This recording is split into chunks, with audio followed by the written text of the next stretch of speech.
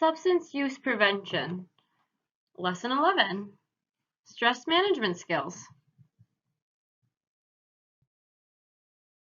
Hi, my name is Amanda, and I am a health education and health promotion student at Arizona State University. If you have any questions, comments, or concerns about anything that we cover in the lecture today, don't hesitate to reach out to me. You can contact me by commenting under the YouTube videos, or you can send me a comment or a direct message on the Instagram or Facebook pages as well.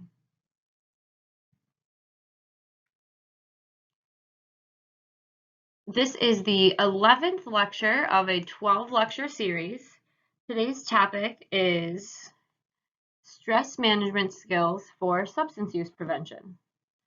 In this lecture, we will be taking a look at stress. We will explore the reasons that stress management is important for substance use prevention. We will look at early signs, warning signs, as well as techniques that you can use to manage stress in your daily life. Here we see the 5 student learning objectives for Lesson 11. Our first student learning objective is participants will be able to compare 3 stress warning signs and 3 stress management techniques. Number 2 is participants will be able to explain the effect that stress has on substance use. Number 3 is participants will be able to list 3 early warning signs that they have experienced. Our fourth student learning objective is participants will be able to list 3 stress management techniques that they would like to try. And our last student learning objective is participants will be able to assess 10 stress management techniques in order of most appealing to them.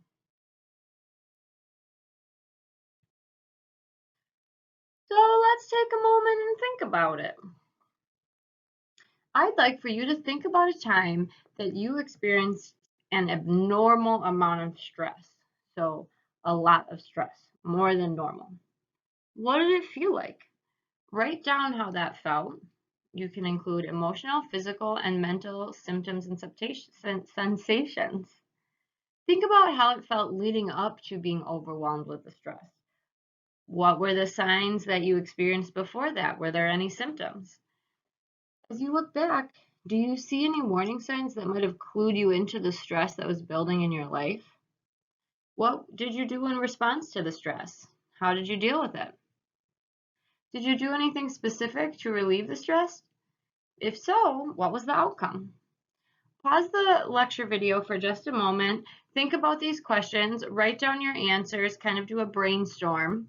And then when you're done, unpause the lecture video and we'll dive into our first topic.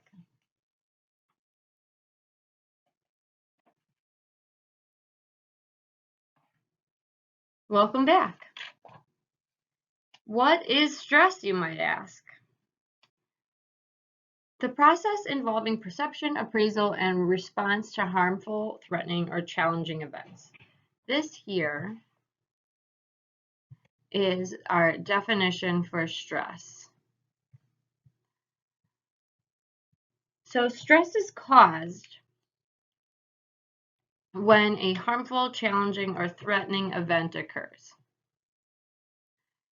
Stress is experienced because your body goes through a process which involves perceiving it, noticing the threat, becoming aware of the situation. Appraisal, which means your mind and your body assess what's going on and decide how to react, and then they respond to the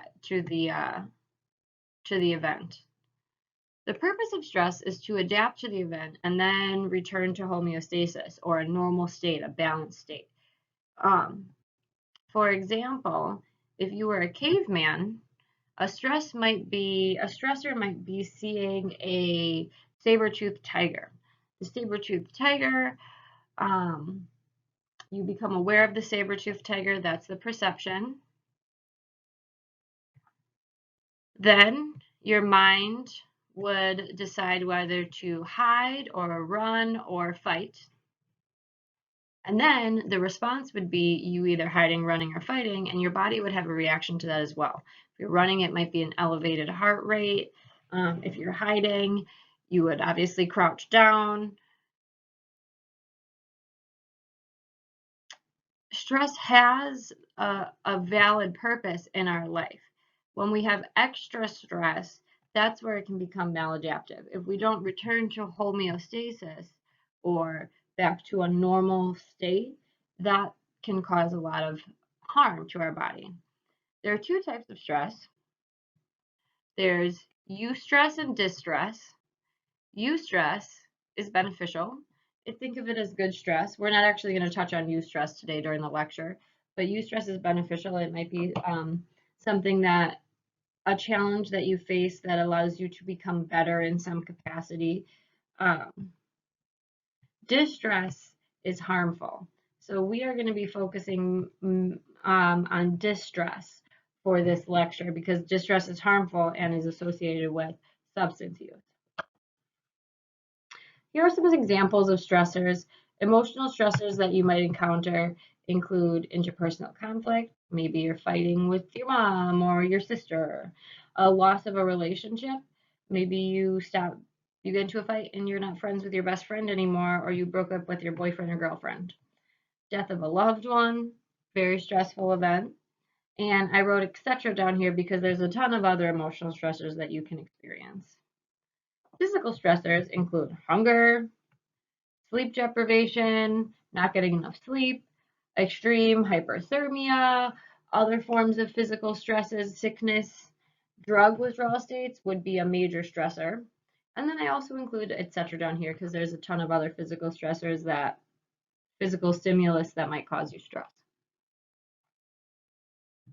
What does stress have to do with substance abuse disorder? Well, we have learned in the previous lectures that stress is a risk factor for the development of substance use disorder. Research shows that exposure to stress enhances drug use and drug-seeking behaviors in relapse in animals. These studies are preclinical, so that means they haven't yet moved into the phase where they are being performed on humans. But in animals, we see that this is that stress enhances drug use. Stress alters the brain. If you recall, in the beginning of our lecture series, we learned that substance use also alters the brain and the way that it functions. These are the areas of the brain. These are some systems of the brain that are affected. You do not have to memorize them. But if you're interested, here they are. This is CRF, HPA axis, autonomic arousal occurs, central noradrenergic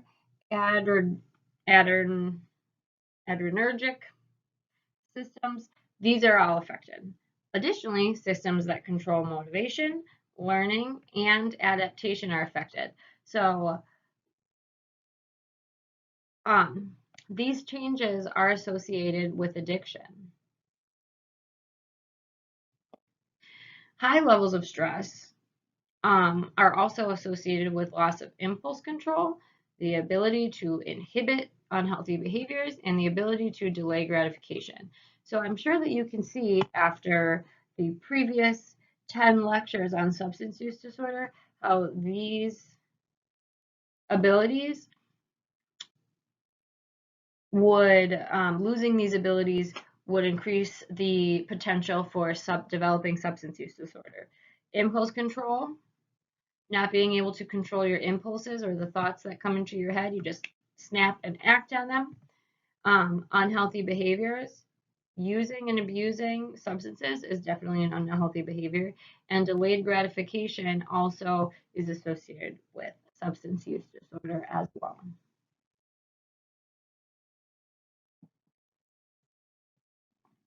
Studies demonstrate that adolescents facing a high number of recent negative stressful life events show increased levels of drug use and abuse. So here we have some studies that have been performed on humans. Adolescents, that's the people in your age group. We've seen that when the in these studies, when they faced a high number of recent stressful life events, there is also an increased level of drug use and abuse. Stress can be chronic or acute. Chronic stress is exposure over a long period of time or reoccurring stress. Acute stress is shorter time of exposure, or it could just be a more recent onset. Acute can turn into chronic stress. In regards to acute stress, studies show that exposure to acute stress can lead to the initiation of drug use or the escalation of drug use if one has already began using but hadn't started using very frequently. Acute stress can encourage the escalation of drug use using more often and in larger amounts. Both types of stress, however, are very much so associated with substance use.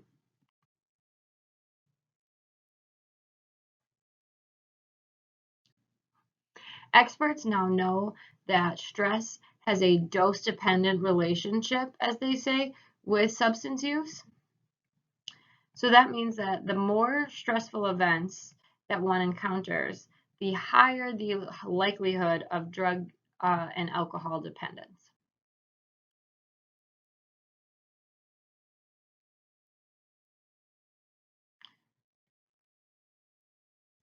And we've seen that both distal and proximal events independently affect the addiction of vulnerability of a person.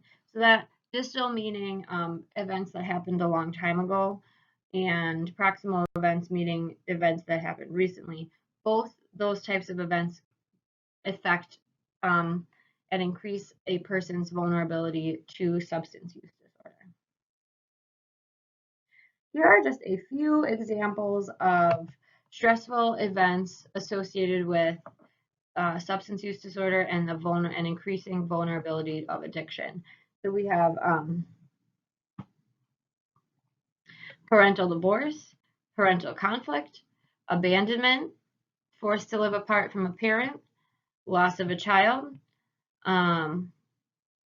Similarly, down here we have loss of a close loved one, unfaithful significant other, loss of a home to natural disaster, emotional abuse, emotional neglect, sexual abuse or rape, physical abuse, being the victim of a violent act, and that does include like a gunshot wound or an attack with a gun or weapon of some type, and then also observing violent victimization, meaning observing somebody else getting being the victim of a violent act. Now, these are not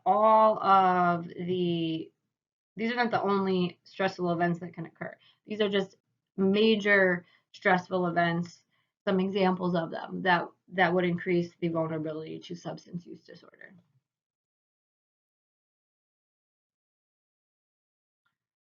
Let's take a moment to just reflect on all of the information that we just received. We looked at a lot of information. Did any of it surprise you? And what did you find the most interesting? Can you think of anyone you know who experienced a lot of distress in their life? If you can, how do they react to it? What type of outcomes does it cause? Feel free to comment your answers beneath the video. Pause the video for a moment to think about these answers, and then also discuss with the other participants in the comment section. And here we see our first written assignment. I would like you to explain the effect that stress has on substance use disorder. Explain that relationship in the comment section below the lecture video. You can post your answers on Instagram or Facebook pages as well. And as always, I have the Instagram and Facebook addresses here if you haven't yet subscribed. Instagram is at Substance Abuse Prevention 123 with no spaces. And Facebook is Substance Abuse Prevention 123 with spaces.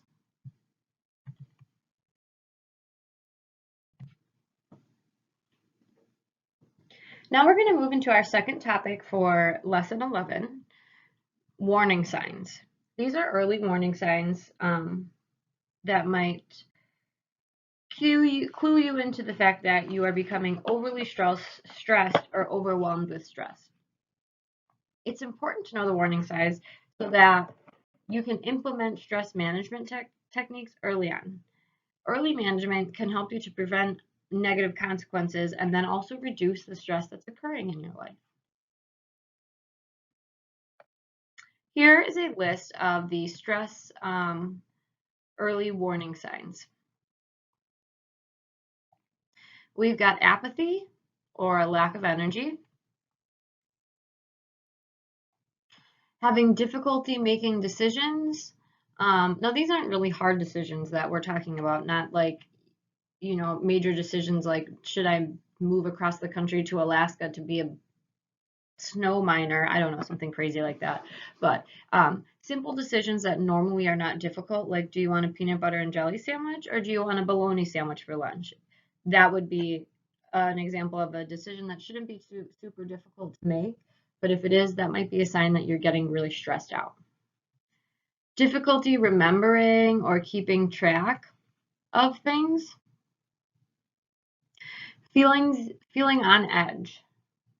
Another early warning sign is changing in eating habits. Too much eating, binge eating, or maybe losing your appetite and not eating enough. That's a very clear, common early warning sign. Similarly, changing in sleeping habits is an early warning sign as well. Sleeping more than usual, being super tired, having a extraordinarily hard time getting out of bed, or on the opposite end of the spectrum, difficulty getting to sleep or staying asleep. Another early warning sign is being more emotional than normal. Now, this does, of course, doesn't involve just your normal everyday range of emotions. It's normal to be sad. It's normal to get upset about things when it's appropriate. Being emotional sometimes for no reason, with no explanation, or just very volatile emotional responses or extreme emotional responses to things that are maybe uncalled for. That could be an example of an early warning sign as well.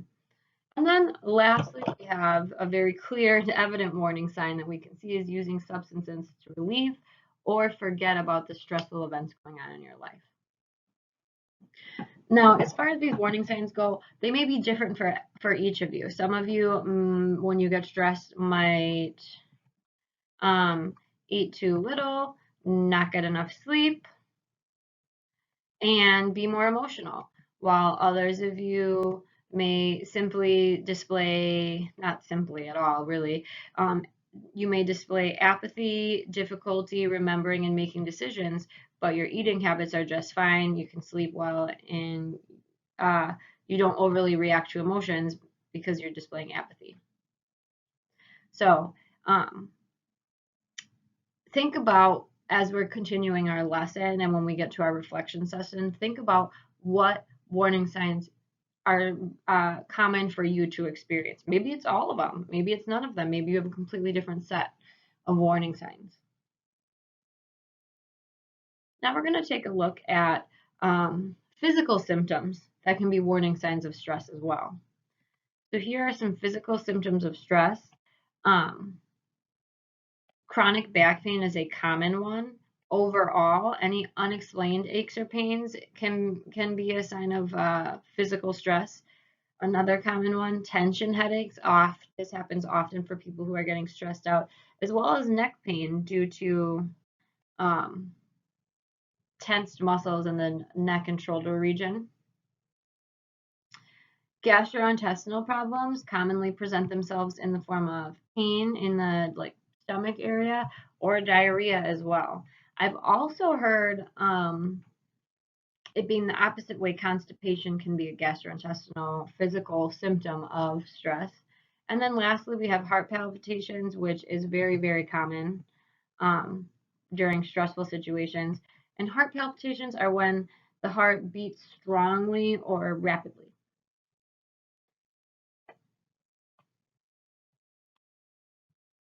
Let's take a moment to reflect on everything we just discussed about early warning signs.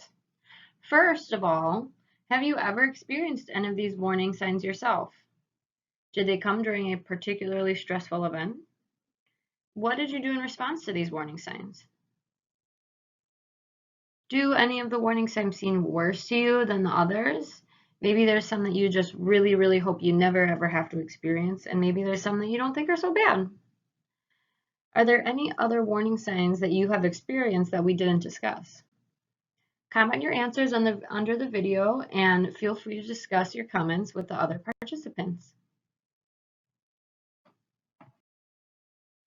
And here's our written assignment for section 2. I would like for you to list 3 early warning signs that you have experienced yourself in the comment section below the video. As always, you can post your answers on Instagram or Facebook, and I have the addresses listed here for you. Now we are going to move on to our third and potentially most important section for lesson 11, which is stress management skills and technique.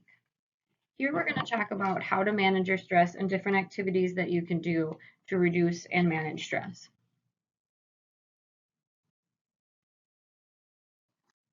How to manage your stress. One idea is to remember to take care of yourself. Remember, ways to do that include eat healthy, exercise on a regular basis, get plenty of sleep, and maintain your hygiene.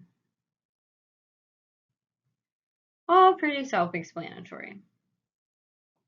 Another one is to give yourself a break from what is causing the stress. Maybe you find that interacting with a certain person is very stressful to you. Maybe take a break from talking to them for a while. Another thing that might stress you out is potentially studying or doing a piece of homework. Maybe a particular homework assignment is really causing you a lot of stress. You're super worried about what the outcome is going to be. You don't believe in yourself and your ability to complete the project, and you're experiencing a lot of warning signs from this stressful assignment. Take a break. Give yourself a 5-minute break on that assignment and come back to it when you feel a little bit less stressed out. Very evident one, avoid drugs and alcohol. Drugs and alcohol will make the stress worse. And then another option is to take a break from news and social media or other factors, other sources of information and stress. Sometimes when we're encountering a stressful situation or a stressful event, having the stimulation of hearing about the event and thinking about it and having it kind of being present or right in front of our face at the front of our mind often can cause more stress. For example, maybe the stressful event is a natural disaster. You live on the coastline and there's a hurricane coming.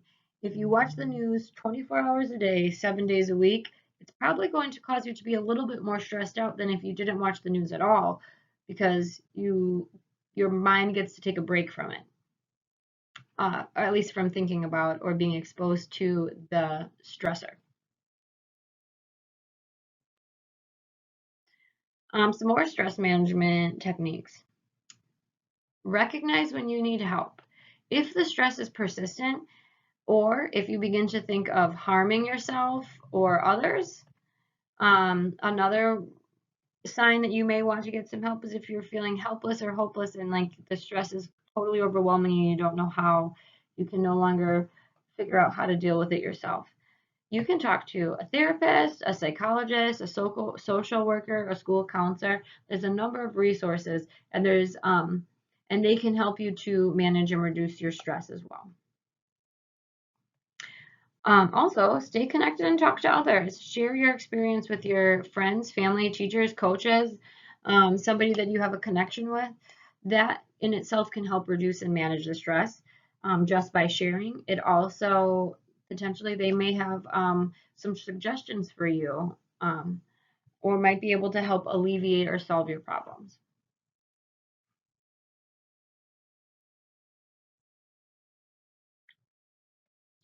Another management skill is to get active.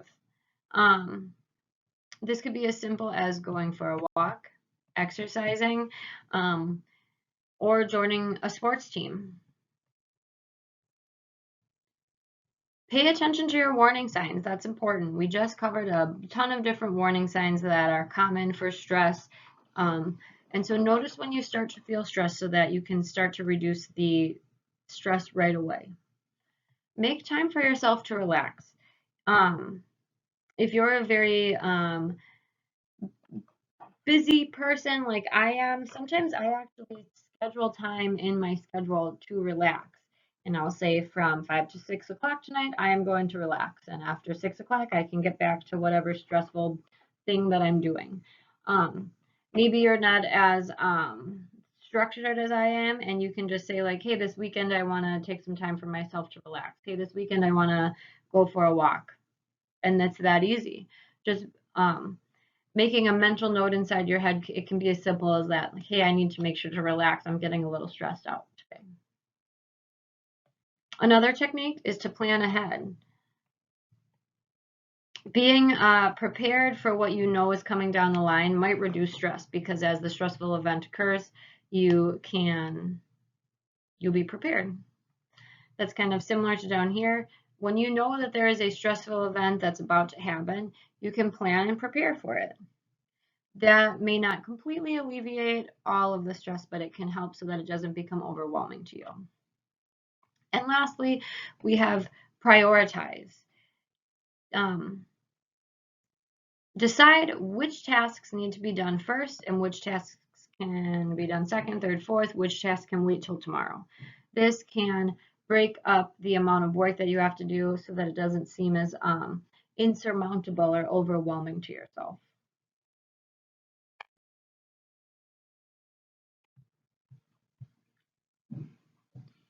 Now we're going to take a look at a few specific activities and skills that you can use to manage your stress as it's happening.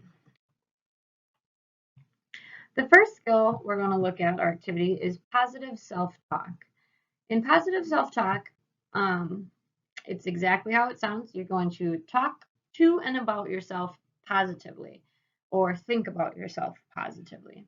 Change the negative things that you think and say to positive affirmations. For example, maybe you're thinking, I can't do this. You can change I can't do this to I can do this. I'll do my best and I've got this.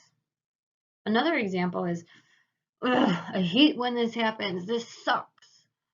Well, you can change that to I know how to deal with this. I've done it before. A second activity is count to 10. You can count to 10 before you speak or act or react to a stressful event. The idea is to just give yourself some time to discern or think about the best reaction to a stressful event. Maybe my mom tells me that she wants me to do the dishes, and I have a lot of homework to do. So I'm kind of getting stressed out. My initial reaction might be to yell at her and say, no, I'm not doing the dishes. I don't have time, Mom.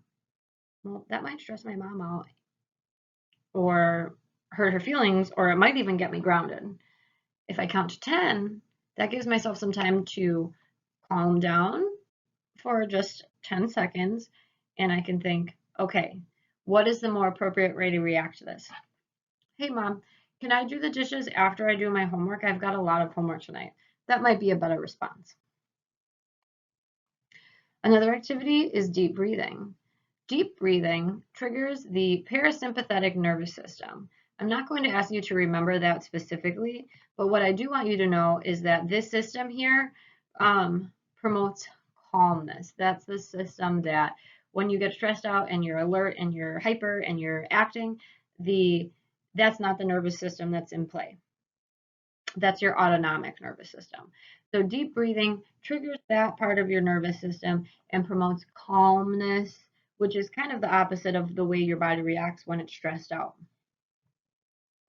Meditation or prayer is another great activity to manage your stress and alleviate stress. Additionally, sleep on it.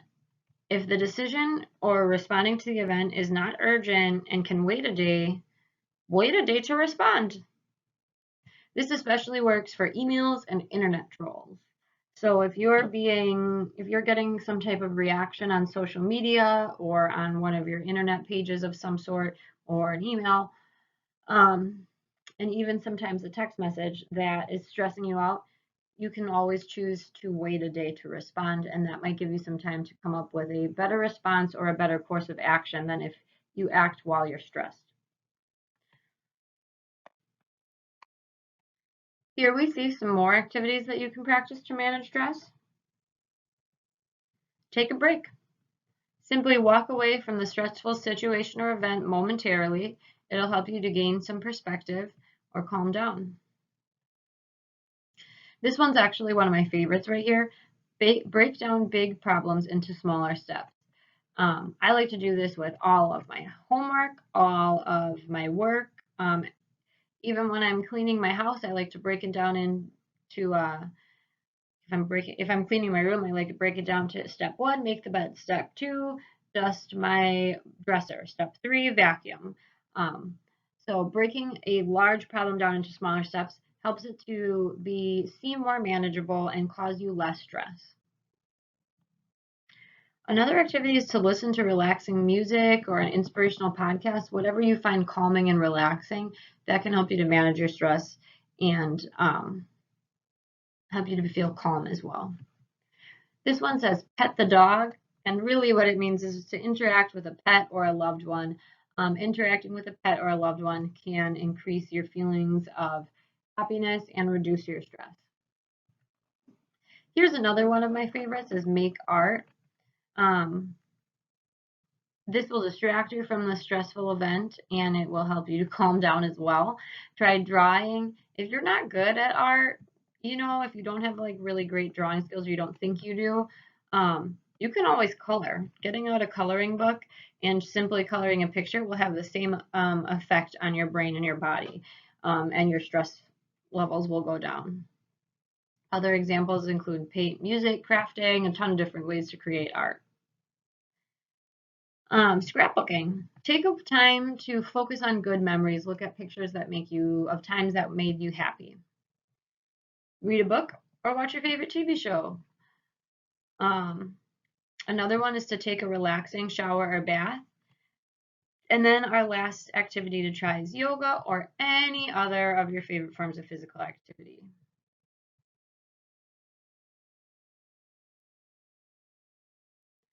In this reflection, we're going to do something a little bit different than we've done before in our previous reflections. For this reflection, I would like you to take a look at these negative statements about ourselves, and I'd like you to change them into positive self-talk. So you can pause the video if you'd like to, and feel free to write them down. Also, always feel free to comment your answers in the comment section below the lecture video. Our first statement is, I feel helpless and alone. I would like you to change that into a positive affirmation. Our second statement is, I can't believe how bad I screwed up. And our last one that I'd like you to change into a positive affirmation is, I am not good enough. Now, these statements sound really bad and are very negative, but you guys, as we've seen already, you can change them into positive statements. So do that, comment them in the lecture or in the comment section below the lecture. And when you're done, pause the lecture video. And then we'll move on.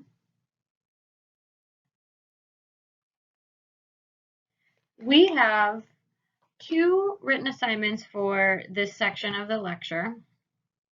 The first thing that I would like you to do is list 3 stress management techniques that you would like to try in the comment section below the lecture video or on the Instagram or Facebook pages as well. Here are the addresses if you don't have them. And our last written assignment for lecture 11 is to assess 10 stress management techniques or activities in order of the most appealing in the comment section below the lecture video or on Instagram or Facebook. So you can do only stress management techniques, you can do only activities, you can do a combination of both. I want you to list 10. At the top of your list, it should be the most appealing to you, and at the bottom of the list, it can be the least appealing to you. Maybe 10 stress management techniques and activities are super appealing to you and they're all appealing. That's fine too. Now we're going to take a moment to just briefly review what we looked at in the lecture video for lesson 11. We've seen that, very important, probably the most important thing to remember out of this lecture video, well, maybe not, is stress is a risk factor for the development of substance use disorder. This is the reason that we're even talking about stress management skills. We looked at a variety of early warning signs for stress. I don't have them listed here because there's a ton of them. And we looked at a bunch of stress management techniques that you can use to reduce stress. I don't have them listed here for the same reason. We looked at a ton of them. And remember, always practice makes perfect. So the more you practice these skills, the easier they'll become, and the easier it'll be to recognize the early warning signs. Here we have a list of all of your written assignments for lesson 11. Explain the effect that stress has on substance use. List 3 warning signs. List 3 stress management techniques that you would like to try. And assess 10 stress management techniques in order of most appealing. As always, you can comment them under the lecture video, on Instagram or Facebook, or in direct message. Here are the resources that I use for this lesson. If you're interested in learning a little bit more or exploring more about stress management skills, any of these websites would be a great place to start your exploration. And as always, we will close out our lesson with the independent practice assignment. Remember, this is optional, but if you choose to do it, I would like you to compare 3 warning signs with 3 stress management techniques. You can do this in the form of like a paragraph or an essay. You can also do it in the form of a T-chart or some type of visual artistic depiction. Use your creativity. You can submit the assignment by posting it to social media and tagging the substance use prevention page in direct message or by commenting under the lecture video. Thanks for watching lesson 11. I hope you get a lot out of it, and join me in our last lesson, lesson 12, will be on refusal skills.